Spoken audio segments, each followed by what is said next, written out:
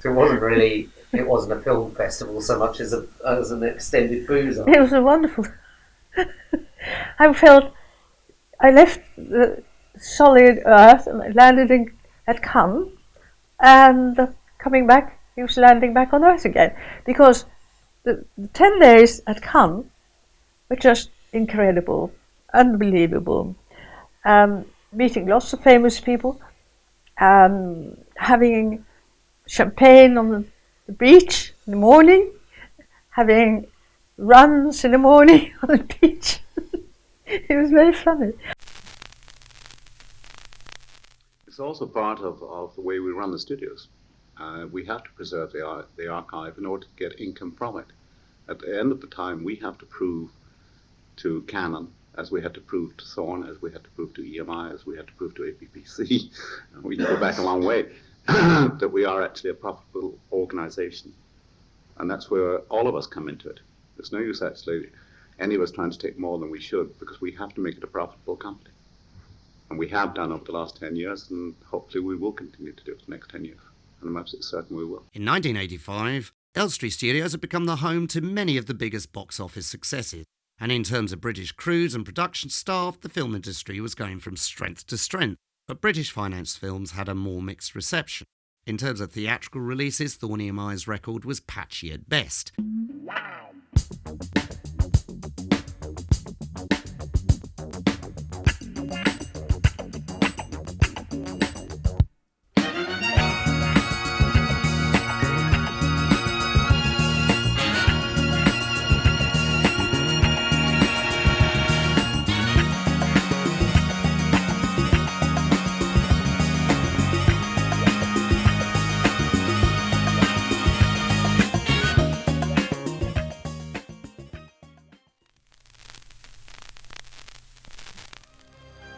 Tonight on Four Corners, the failing fortunes of Alan Bond. As his memory slips, so do his creditors' chances of getting back the millions they're owed. The final nail in the coffin came in January 1985 when the facility found itself being sold to Australian Arthur Daly impersonator Alan Bond. Remember me? You do remember me? Can I ask you how the case is going? You keep right away from me. You do remember me then? Keep right away from me. Who promptly sold the studios, film library and ABC theatre chain to Israeli comedy duo Golan and Globus. What does your takeover mean as far as the cinema-going public is concerned? Well, I do believe that they will, in the next coming years, will see better movies, better programming, will sit in better chairs, will visit nicer and cleaner toilets in the cinema, will pay less for their tickets, and will have more fun with the cinema entertainment. And I think for the industry, Britain will see more movies, international and British film, produced here. Where is my money? You promise and promise and promise and you're not paying. My father wearily found himself undergoing yet another takeover. I'm a very bad public speaker. But, you know, the situation with the takeover of screen entertainment, and naturally the studios fell within this purchase. But I think that you can absolutely be safe and sure that we are going to keep exactly the studio at exactly the same way that it was run until now. As a matter of fact, if you are in contact with the offices in London, you know that there were quite a number of redundancies over there, and there wasn't even one over here, because we are very, very happy with the management and with the way things have been run over here. We have the total confidence here in the management and Andrew Mitchell and the rest of the group. And we were a bit surprised when we were asked for this meeting, but that's actually the most that I can say.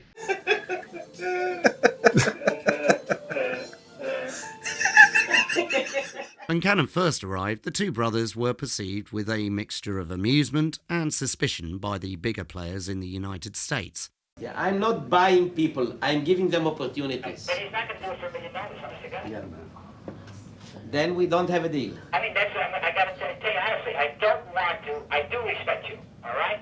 And My friend, my offer to him is $1 million per picture with points, fair points, and to be a member of the Cannon family. He needs a family because he's now without a family. And he's a loser, and he needs to be with the winners. Menackem's somewhat brusque charm was not to everyone's taste, but Mitchell rather admired his love of filmmaking, and for the most part wanted to make his new bosses feel welcome and make the relationship work. I think in any case we should be very grateful for gentlemen coming down from town, giving up their time because they are enormously busy, each one in their own division. And I think it's incredible that they would give up the time to come down here. So if nobody has any other questions, that's your chance for the next 6 months.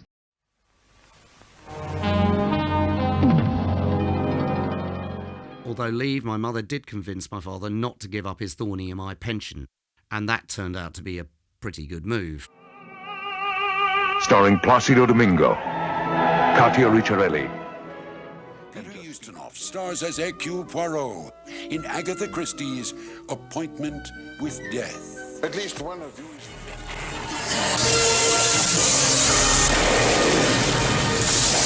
Life Force. Have the powers to be. Masters of the universe. Live the adventure. And James Earl Jones. The Cannon years saw a morass of overblown spending on projects that, like so much of the Thorny MI's output in the latter years, failed to achieve box office gold. Well, your dad just was washing his hands on those two because they could do what they wanted. Right, you lean into the, yeah. But you turn it right, but then you throw yourself right. Stupid! Who framed Roger Rabbit? Whilst films like Roger Rabbit boosted the studio's reputation as a production facility, the Golan brothers became ever more desperate as they dealt with an establishment that viewed them with suspicion. They create a poster of a movie they intend to make. They sell it to foreign buyers.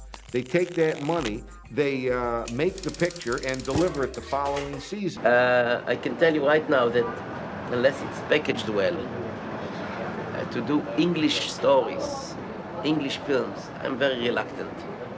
I very seldom think that an English picture, unless it's really a genius piece of work, like Chariot of Fire or something like that it makes it, you understand? Yes. And England does not have enough stars for packaging, you understand?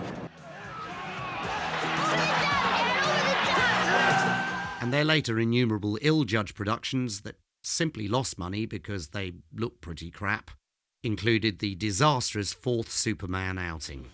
And Margot Kidder as Lois Lane. Superman 4, his most important adventure. Sylvester Stallone. Having overpaid for the studio and money evaporating in movie after movie, a degree of panic set in. And the first casualty was the cinema chain, then the Pathé Lab, and then finally the studio. What happened then, of course, sadly, was we went out of the frying pan into the fire, because when Cannon had bought it, they sold off the famous Elstree library, etc., and they were overextended and going nowhere, so they went down the tubes. One evening, one night, he did have a heart attack. He did. Didn't want to phone the doctor or anything. But the stress was because the Golan cousins were, well, they went, well, one was a film man and the other one only wanted to make money. And the film person, but they were not easy people to work with. And eventually they sold it for very, very little.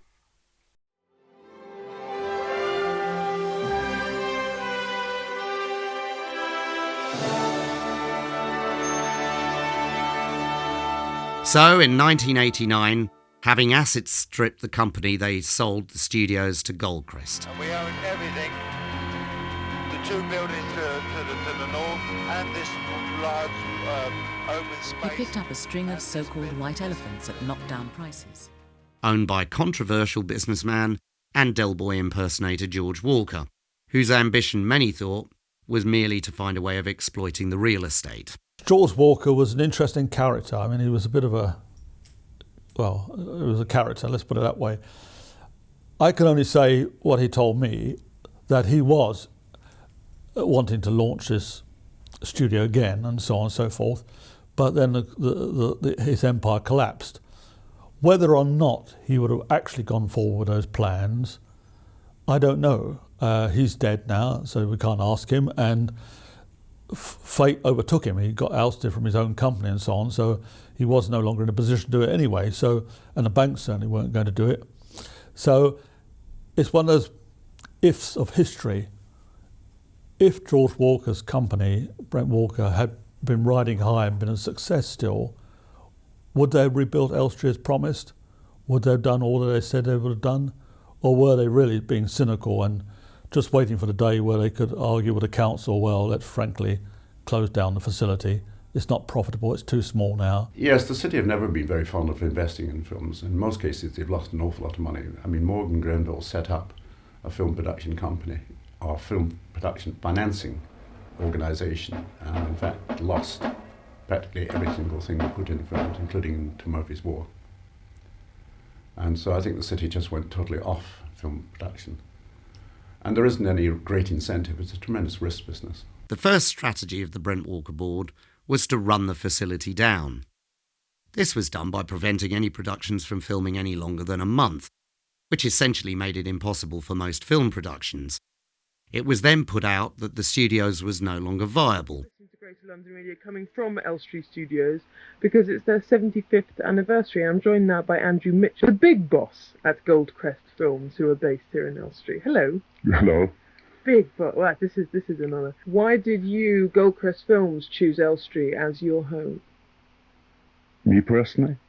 Well, I've been here since 1955. You mean, why did they come here?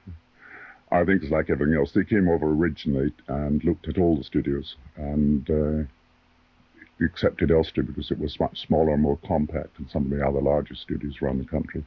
And they could take over practically every state that we had. And so they controlled their whole destiny in the film. You're very busy, Goldcrest Films, at the moment, aren't you? It's Goldcrest Studios, by the way. Oh, beg your pardon. Goldcrest Films is a different division, and that's in town. Blown that one, haven't I? Yeah. I'm going to get a job with you again. You might get a But you are very busy at the moment, aren't you? We're not as busy as we have been. We've just finished the last Indiana Jones Crusade, and of course we did Roger Rabbit. At the moment we have a television series for Euston Films, which is Capital City, and we have commercials. And then we're hoping later on in the year to get some more feature films. How do you feel about the way that the whole... Although there was perhaps a sense of impending doom, it didn't show at the time. I mean, it was quite a pleasant meal. It was quite a pleasant evening. We all sat and laughed and talked and, you know, Christ, we've got a business plan together. It's going to work. We'll do this and you'll do that. And, you know, it's all about the future. Well, the meal was a bit like the Last Supper. I don't think, I'm not sure that there weren't 13 of us round the table. Then, of course, Brent Walker ran into financial difficulties. They had vastly overextended, and we hit a down period. Nationally, we hit a down period, and the banks wanted their monies back. So he was ousted from his company, and then it was controlled basically by the banks. And their attitude was, well, Elstree is a place to realise as an asset. So we're not interested in running it as a film studio. We're certainly not going to rebuild anything. That's never going to start. Therefore, a period of running the studio down happened, and it was a very bleak time. For a period, it closed altogether. I mean, they literally closed for 2 years, but before that, they ripped out everything, the copper wiring, the kitchen sinks, the furniture, the stage equipment, everything. And then would say to me, well, yeah, show somebody around if you want to buy it as a studio, but they deliberately made it somewhere where you wouldn't invest in.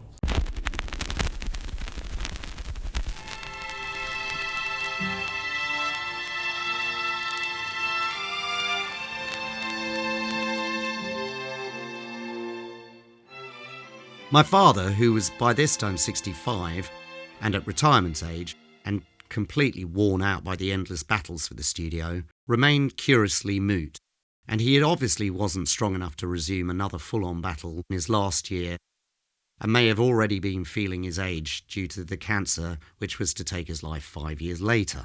My memory of that last year was one of resignation on his part. He realised, I'll soon retire and I might as well go now. That's what he thought, really. Not fighting anymore. I think he was tired, really. And I think his cancer had already started.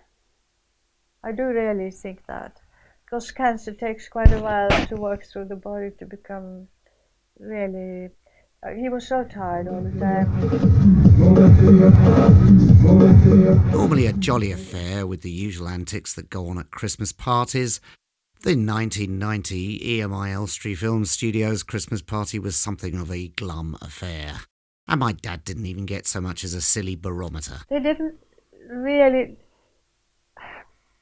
make him feel as if it had been worthwhile, almost. And that was the saddest thing. That was really, really sad.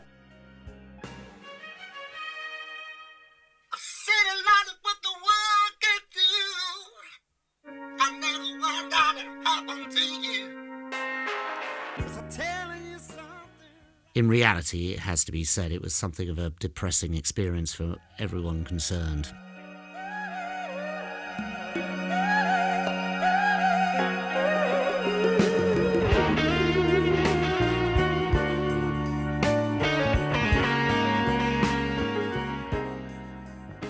Following his retirement, Brent Walker was left to destroy the legacy of this studio that had in some shape or form survived 2 world wars and an economic decline in the industry.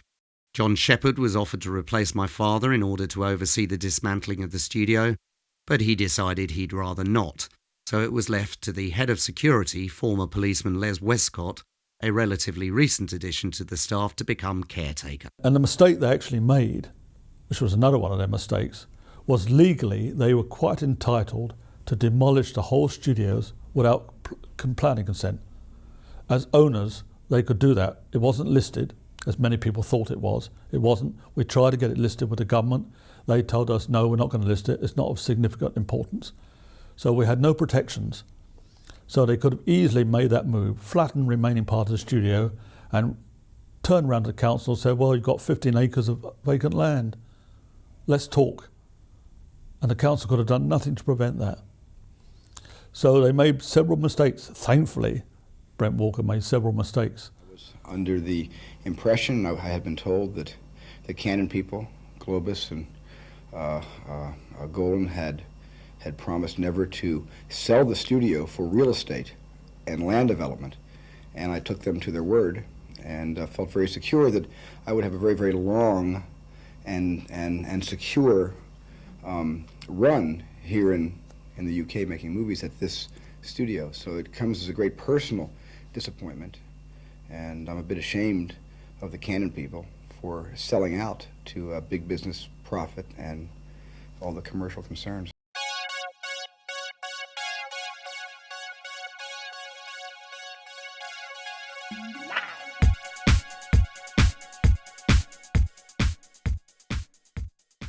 There was a problem, though.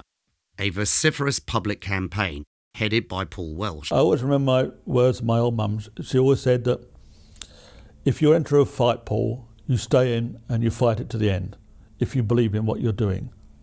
Otherwise, don't start. How Brent Walker was able to proceed with the first part of this plan became a very sore point for the council, as accusations of collusion were liberally thrown around and Borehamwood Council found itself embarrassed by the whole affair. There were certain people involved with Hertsmere Borough Council at the time, at officer level and member level, who were perhaps not as supportive as they could have been.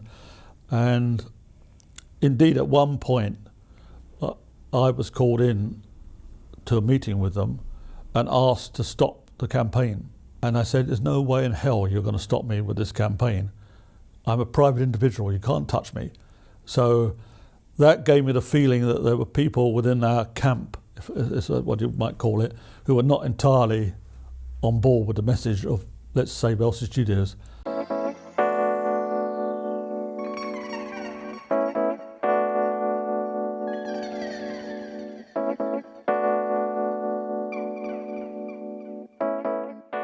The upshot of this bad feeling, bad publicity and bad haircuts.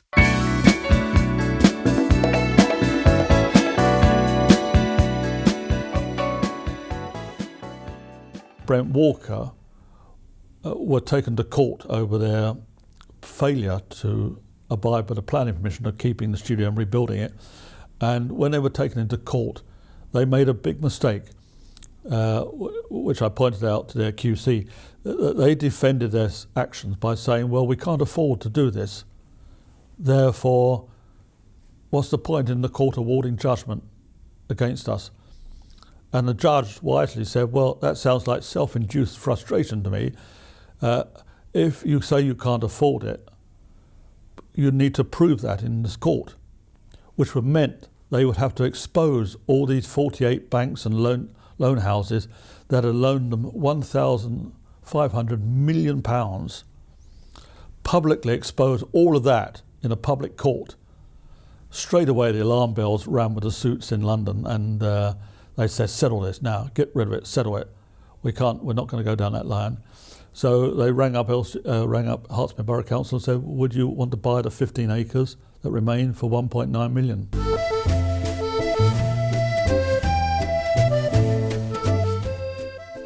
My father, by this time, had returned to London with leave. They decided to ditch Dinan, as they felt the reenacting of a bad sitcom scenario of expats in the north of France had run its course. He was actually asked to come in as an advisor by the newly installed management appointed by the council, but sadly by this time the lung cancer that was to take his life a few months later had made it impractical. That sounded great because he would be collected by a driver every morning. Well, only 3 days a week he was going to work. And we would have a driver and quite short hours. But he had cancer and he couldn't do it.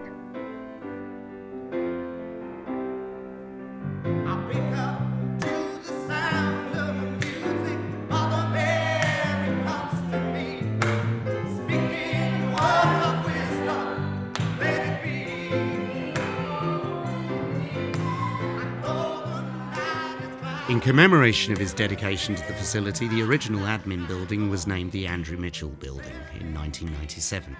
And my mother's sister and I were honoured to attend the unveiling. Though being some large letters 2 stories high, it was more of a sort of awkward standing by a big grey building with letters 2 stories high. But it was a wonderful commemoration of my father being connected to the studios in its new form. Yes, that is me with a broken leg. I'd managed to fall down a hill in Morocco some months before. I got to know your father, Andrew, and I was able, with his help, to then start doing special events here and bring back old actors and celebrate anniversaries and so on. I feel very honoured by that. Or your dad would have felt very honoured by it. And that was more or less it as far as my connection with the studio is concerned. It's gone from strength to strength. Since I've been here, I keep a catalogue of how many changes we've implemented, and we're up to about 260.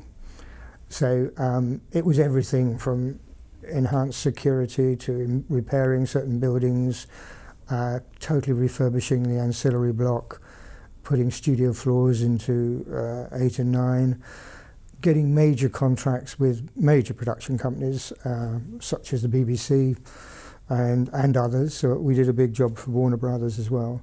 So it was about getting high caliber, high quality clients in as well, establishing the reputation again, because when I first came here, people said, oh, I thought it had been sold, oh, I'm not sure if it was still open, and that sort of thing. So it was a case of actually sort of reformatting, if you like, to get it back out into the marketplace.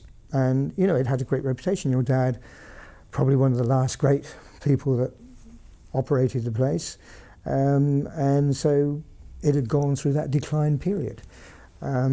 Luckily, it was bought by the council. I think if it had not been bought by the council, it would probably be another trading area with a supermarket, like the other half became, which is a great shame. I often say to people, they say to me, so where did Alfred Hitchcock make his films? And I say, by the Tesco Recycling Centre. And where was Star Wars made? Well, that's where the Tesco shop was, where the big stage was, and that sort of thing. So it is a great shame that that's gone, but it's great that it was saved. And I think it was great that it was saved by the local authority, realising how important it actually was. Then, in 2018, I had a curious series of events from my childhood that led me to walk back into those hallowed gates, or past the century barrier. I suppose there'd been lots of bits left over and we were looking around anyway. I spied this thing, which I realised was a lightsaber. And I was contacted by a Star Wars enthusiast and filmmaker regarding a lightsaber I had picked up on the back lot of Elstree, where the first Star Wars had completed shooting. It was lying in the dirt, having been discarded, and I, like a veritable magpie, took it home. I'd like to welcome you to this very special live edition of The Tube here, live from Andrew Wood Mitchell's prize venue in Whetstone, live for the very first time. Andrew Wood Mitchell and his band of people. Many years later, I gave it as a birthday present to a guy who was mad about Star Wars on his 18th birthday. I happened to mention this event in an interview, partly to infuriate Star Wars fanatics, and was then suddenly contacted by Reuben to see if I knew the location of this seemingly valuable prop. Andy Mitchell wrote to us about his dad, Andrew, who ran Elstree Studios during a peerless period in the 1980s when 6 of the top 10 grossing movies of all Bizarrely, time. I was contacted by the recipient just after the interview, having not actually spoken to him for a very, very long time. And to cut a short story long, they connected, and he was paid an extraordinary amount for this seemingly unimpressive item. Being broadcast throughout the world. And you are, in fact, ripping off these children by the Andrew Wood Mitchell T-shirts, key rings, diaries, pens, horse noses.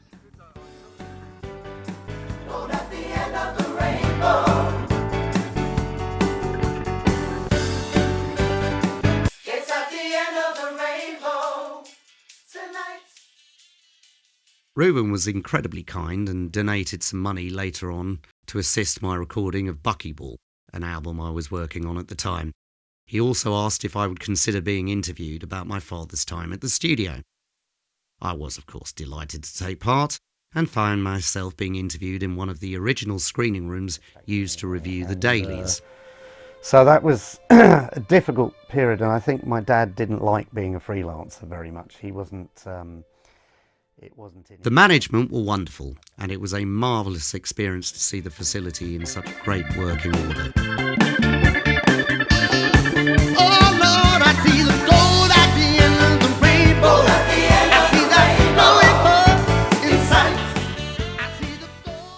And the news they were creating new stages and improvements would have made my dad feel very proud. So here we are, with a nice ending to my particular account of this remarkable bit of Elstree's story.